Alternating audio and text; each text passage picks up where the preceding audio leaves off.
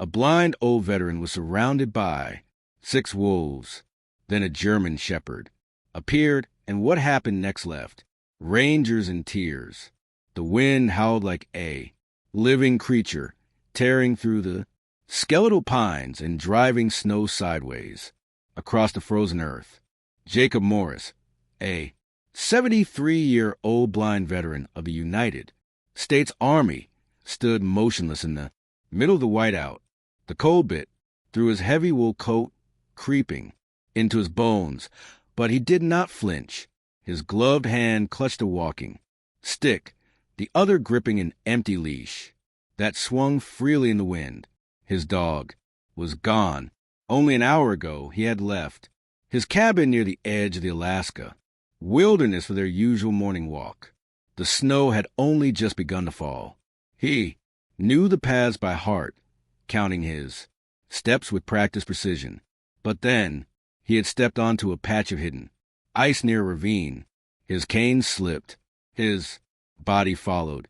He rolled, slid, and crashed through underbrush until he landed hard in a pocket of forest far from the trail. The leash had snapped. The dog was gone, and so was the way back.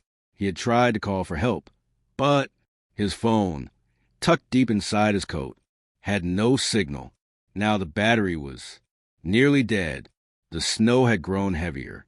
Trees groaned under its weight. His boots crunched over frozen branches as he tried to move, but every direction felt wrong. The wind distorted sound. Everything around him sounded alive and unfamiliar. Then he heard it. Footsteps, not one or two, but many, soft, precise, deliberate. He stopped. His breathing slowed. Then came a low growl, deep, drawn out, primal. Jacob turned his head. The sound came from his left. Another came from his right, and then another behind him, though he could not see. His body understood what was happening. He was being circled, surrounded. 6 wolves, fully grown, their paws silent on the snow, had emerged from the trees. He could feel their presence like the weight of thunder on the horizon. Their growls intensified, blending with the wind in a dreadful harmony. Jacob tightened his grip on the cane. His mind raced, his heart pounded, but his body stood still. He knew wild animals. He had heard them before. He had fought worse in wars long past, but never like this. Never blind, alone and helpless. He braced himself for the end. Then came a sound he knew, a bark, sharp, powerful, commanding. It sliced through the wind like a bullet. Another bark followed. Then the crunch, a paws moving fast through snow. A figure burst through the trees. Jacob could not see it, but the sound of the footfalls, the pattern of the breathing, the rhythm of the bark, it struck him like a memory. It was her, the German shepherd. She raced forward and placed herself between Jacob and the wolves, her body stiff, her head low, ears forward. She did not cower. She growled, deep and loud, speaking a language not of panic, but of authority. And then silence. The wolves stopped. No more growling. No advance. They did not run. They did not attack. They simply stood, facing her, and waited. Jacob, trembling, whispered through cracked lips, "What in God's name is going on?" The answer stood before him, breathing heavy, her fur thick with snow, her eyes fixed on the wolf. They did not move because they knew her. Years before Jacob ever found himself in that deadly circle of wolves, another storm had raged across the same mountains. It was a storm not unlike the one that now buried the forest in silence, but colder, crueler, one of those once-in-a-decade blizzards that made even the strongest animals vanish into the earth for shelter, high in the northern ridges. Near the edge of the protected wilderness, a lone female wolf staggered through the snow, blood trailing from A, wound on her flank. she had given birth, only days before. Her den just a shallow crevice beneath a fallen log, barely shielded the pups from the wind. But she was too weak, too broken. Her instincts told her to return. Her body told her she could not. In the end, she limped away into the storm and was never seen again. Inside the den, 6 newborn wolf pups huddled together, blind and helpless, their cries thin and fading. Their tiny bodies could not retain heat. Their mother's scent grew fainter with every hour. Death had already begun to gather at the edges of the cave. But that night, another creature wandered the woods. A German shepherd female, emaciated, half wild, with cracked paws and a torn ear, dragged herself through the snow in search of food or shelter. She had been abandoned by hunters weeks before, and her last litter had perished. In the cold, her teeth still held milk, her body driven by grief and instinct, searching for something she could know. Longer name. She heard the crying, faint, distant, fragile. She followed the sound until she reached the log. Inside, she saw them, 6 trembling, shapes covered in frost, barely alive. She could have left. Instead, she crawled into the den. She curled her body around them, wrapping them in her heat. She licked their tiny faces, nudged them toward her belly. They latched on. The milk flowed. The crying stopped, and in that moment something impossible happened. Over the days that followed, the shepherd became their mother. She hunted what little she could, snowshoe hares, field mice, sometimes even scraps stolen from predator kills. She brought the food, back piece by piece, tore into soft portions, and dropped it gently at their feet. She taught them how to move in the snow, how to sense danger, how to wait for silence before striking. She did not just keep them alive. She raised them. And when spring came and the thaw returned, they grew strong enough to hunt alone. One by one, they ventured beyond the ridge, disappearing into the woods like the wolves they were born to be. But none of them ever forgot. Every winter, when the snow came thick and heavy, they returned to the place where the den had once been, sometimes alone, sometimes together. They found her. They circled her with affection. They nuzzled her sides. They lay with her beneath the stars.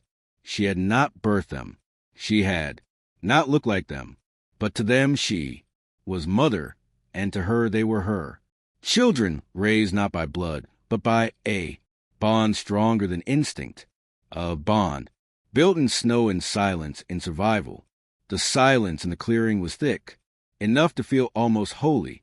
The German shepherd stood tall between Jacob and the wolves, her breath misting in the frozen air. The growl in her throat deepened, a guttural vibration that came not from fear, but from something more commanding, a tone that echoed years of authority, of memory, of instinct. One by one, the 6 wolves began to step back. Their bodies remained tense, but their eyes softened. They lowered their heads slightly, not in submission to the man, but in recognition of her. Jacob tilted his head. Though blind, he felt the shift in the air, the growls fading, the pressure easing, and then the bark. Not just any bark, but a sound carved into the deepest vaults of his memory. His voice cracked. Maggie. The name fell from his lips like a prayer. Maggie, is that you? His fingers trembled as he reached forward. The dog turned and slowly approached, her steps careful, deliberate. When her nose touched his hand, the years melted away. She licked his palm once, then pressed her head into his chest. Jacob dropped to his knees. "Oh, God," he whispered, his arms wrapping around her neck. "You came back." After all these years ago, he had found her thin, limping, half-frozen, trapped in a crevice of ice near the tree. He had pulled her free, fed her, sheltered her in his cabin. He had called her Maggie, named after his late wife. For a while, she had been everything, his eyes, his companion, his reason to go on. And then, during a fierce winter storm, she vanished. He had searched until the snow erased her tracks. Grief and guilt had followed ever since. But now here she was, alive, strong, different, but still Maggie. She let out a short series of low, rhythmic growls and yips. The wolves responded immediately. They circled Jacob, moving in slow, calculated arcs, but kept their distance. Then, to his astonishment, they stopped and lowered their heads, not in fear-bearing, but in something that felt eerily like respect. Jacob's hand tightened on Maggie's fur. "You raised them, didn't you? You're their mother." She did not answer, but she did not need to. Nightfall came, quickly in the mountains. The wind picked up sharper now. Jacob lay on the cold ground, exhaustion and cold, overtaking him, but Maggie curled tightly beside him, her body blocking the wind. One of the wolves moved, closer, then another. Before long, the pack had formed a loose wall around them, their bodies a living fortress of warmth. Jacob drifted into a fitful sleep, but he did not feel alone. Then came the noise, far off at first, faint, whines mechanical and sharp, then growing louder. Snowmobiles, followed by the unmistakable clicks of safety, catches released from rifles. Jacob's eyes flew open. Maggie raised her head, ears erect, body tense. 3 men on snowmobiles burst through the tree, headlights casting pale, cones across the snow. They wore heavy camo jackets, goggles, and thick boots. Their rifles hung across their backs. One of them shouted, "There they are, right where the tracker said." Another pointed at Jacob. "Who the hell is that? You with wildlife protection, old man." Jacob struggled to stand. "I am not with anyone. I am lost." "Too bad," one muttered, raising his rifle. "You just saw too much." Then everything happened at once. Maggie lunged forward, snarling, her bark fierce enough to shake snow from the branches above. The wolves exploded into motion, emerging from the shadows like phantoms. Fast, coordinated, terrifying. One man fired into the air, hoping to scatter them. They did not flinch. Instead, they moved with eerie precision, forming a wide arc around Jacob. Their eyes glowed amber in the headlights, their bodies blocked every path to him. Maggie remained in front, unyielding. The leader raised his weapon again, but a massive gray wolf leapt, jaws clamping onto the barrel and ripping it away. The gun clattered to the ground and was buried in snow. Panic set in. The men turned and fled, slipping, stumbling back onto their machines, engines roaring as they disappeared into trees, shouting curses and disbelief behind them. Then silence again. Jacob exhaled for the first time in minutes. The wolves returned to their places. One stood near his shoulder. Another lay at his feet. Maggie padded back to him, pressing her side into his once more. He placed a trembling hand on her head. "They are not beasts," he whispered. "They are her sons." The first pale rays of dawn stretched across the frozen treetops, casting long, blue shadows across the snow. Jacob stirred from sleep, aching, stiff, but alive. His limbs were numb, but his heart beat steady beneath his coat. Around him, the forest was still. The wolves stood silently at a respectful distance. Maggie was beside him, warm and alert, her ears twitching at the faintest sounds. She nudged him gently, then turned toward the trees and began to walk Jacob understood. With great effort, he stood and followed, leaning on Maggie's shoulder. One of the wolves moved to his other side. Then another. They formed a quiet procession, leading him not along any visible path, but through dense forest, through snow so deep and untouched that only the wild dared travel there.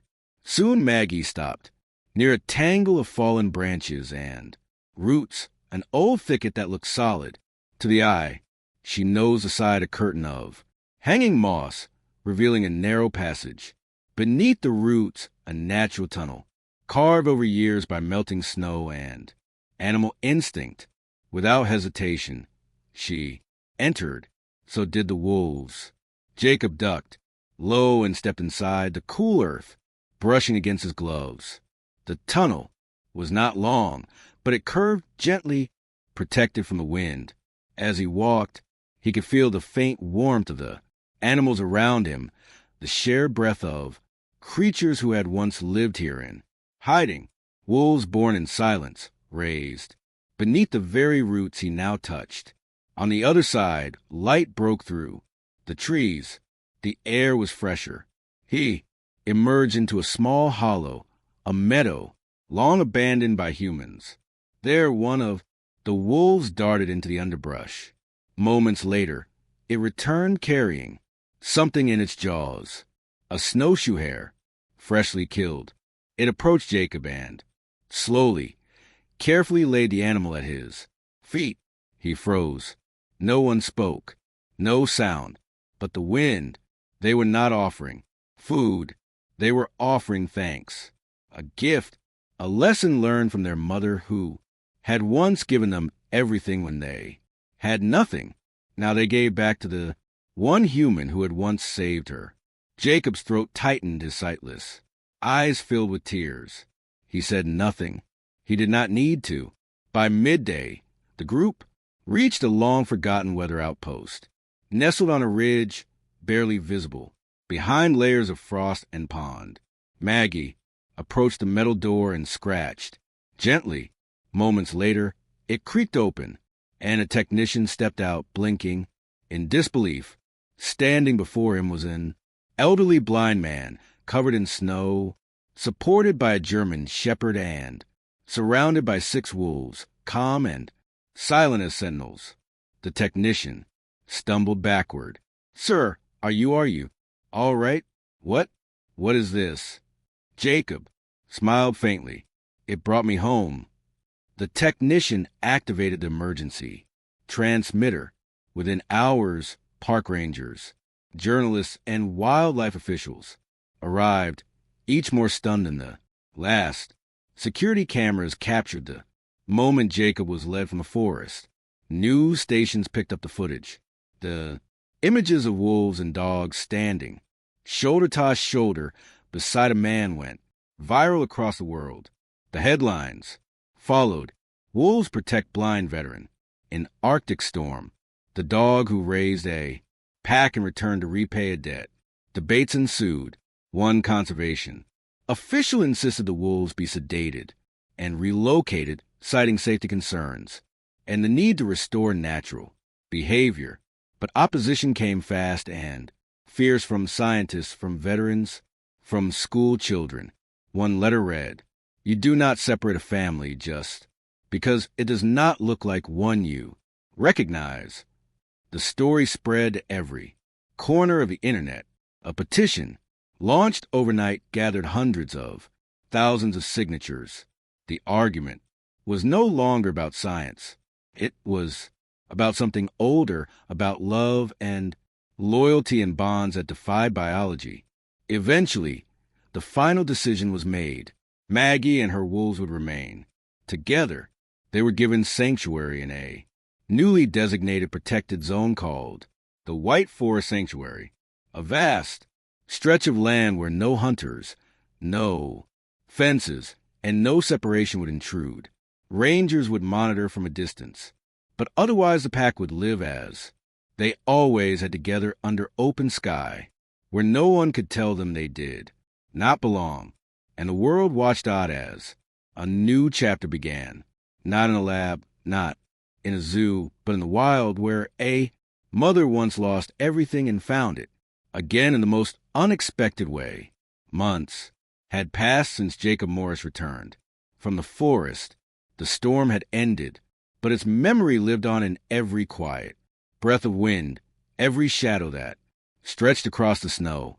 He had left behind the small town, the noise, the curiosity of cameras and questions, and settled into a modest wooden cabin near the edge of the white forest sanctuary. From his front porch, he could not see the trees, but he could feel them. He could feel her. Though blind, Jacob found a new purpose. He sat for hours each day, his hands moving across the keys of an old Braille typewriter, pressing into the silence. With every letter, he poured the story out, word by word, memory by memory. The story of a forgotten dog, a pack of orphan wolves, and a promise kept. Through blizzard and time, he titled the manuscript The Ones Who Walk With Her. When it was published, it took flight like wildfire. The book spread across the country, across continents, translated, taught, quoted in classrooms. American school children read it aloud during units on empathy and kinship. Veterans whispered about it during quiet gatherings. Scientists debated in forums, but the message needed no translation. Love was not a matter of species, nor was loyalty. On a soft winter afternoon, snow drifting like feathers across the land, Jacob sat outside his cabin in a thick coat, a wool blanket draped across his knees. He did not speak. He only listened, and then he heard it, snow crunching beneath. Large, deliberate pause, breath deep and steady. She came first. Maggie, slower. Now, gray in her muzzle, but still, carrying the grace of command, walked toward him with a proud, purposeful gait. Behind her came 6 wolves, fully grown, their bodies strong and magnificent, but their movements gentle, as if the wild itself had softened for this moment. They stopped in a semicircle around the porch. One of the wolves stepped forward and lowered its head, brushing against Jacob's hand. He reached out slowly, fingers finding fur. Warm, familiar. Maggie came last, placing her head softly on his knee. Jacob smiled through tears. She was not their kind, he whispered, his voice cracking like old ice. But she was always their mother, and I was just the man lucky enough to love them both. In a world where survival often depends on strength and instinct, the story reminds us that the greatest force of all may be something far more powerful. Love without boundaries, loyalty without reason, and the quiet return of a debt, paid not in words but in life itself. If this story moved you, if it reminded you that compassion can cross even the wildest divides, then you are already part of what we believe in. For more heartwarming true stories like this, stories of animals, of miracles, of unbreakable bonds, subscribe now to USA Paw Stories, because some stories do not just touch the heart, they change it